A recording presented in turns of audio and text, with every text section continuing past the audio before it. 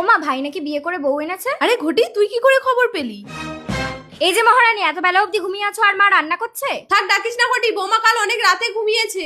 ওমা, বাড়ির বউ এত বেলা অবধি ঘুমিয়ে থাকলে বাড়িতে লক্ষ্মী থাকে? দূর হয় লক্ষ্মী ছাড়ি। তুই লক্ষ্মী ছাড়ি নিজের বাড়ি ছেড়ে এখানে এসে মাতাব্বরি করছিস কেন? চুপ করো না গো। এ ভাই, তুই বিয়ে করে কি বউয়ের ভেরুয়া হয়েছিস নাকি? বউয়ের আঁচলে তলায় ঢোক। দিদি, ওর কথা কিছু মনে করো না। এই, তুই আমাকে একদম ছুবি না। ঘটি, ও সবাইকে ছেড়ে আমাদেরকে আপন করে এই বাড়িতে এসেছে, তাই ওর অধিকার এই বাড়িতে বেশি। কি করে ওর অধিকার বেশি? বাবার নামে বাড়ি, দুই ভাই বোনের সমান ভাগ হবে। তোর বিয়ের সময় বাবা 5 লাখ টাকা দেনা করে এই বাড়ি বন্ধক রেখে মরেছে, আমি খেটে খেটে শোধ করেছি। হোক, তবুও তুমি তোমার দিদিকে সমান ভাগ দেবে। দেখ, কিছু দেখে শেখ। তোর বউয়ের নাটক আমি বুঝি না, ও জানে আমি আয়না তো পাবো, তাই ও নাটক করছে।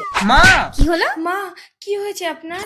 বাবা মরে যাওয়ার পর বাড়িটা এখন মায়ের নামে। এই সুযোগে মায়ের সেবা করে বাড়িটা আমার নামে লিখিয়ে নিতে হবে। দিবা মাকে একটু দেখো, আমি এক্ষুনি ডাক্তারকে ডেকে আনছি।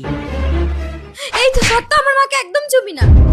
মা, তোমার মায়ের দুটো কিডনি ড্যামেজ হয়ে গেছে। এই মুহূর্তে তোমরা যদি কেউ একটা কিডনি দিতে পারো তবেই তোমার মাকে বাঁচানো সম্ভব হবে। ডাক্তার বাবু, আমি কিডনি দেবো মাকে। না, আমার মাকে আমি দেবো কিডনি। ভেরি নাইস, এখানে একটা সই করো। মা, তুমি ভালো হয়ে এই বাড়িটা আমার নামে লিখে দেবে তো? বাড়িটা তো অনেক আগেই আমি তোর ভাইয়ের নামে লিখে দিয়েছি ঘটি। ডাক্তার বাবু, আমি কিডনি দিতে পারবো না, আমার শরীরটা ভীষণ খারাপ।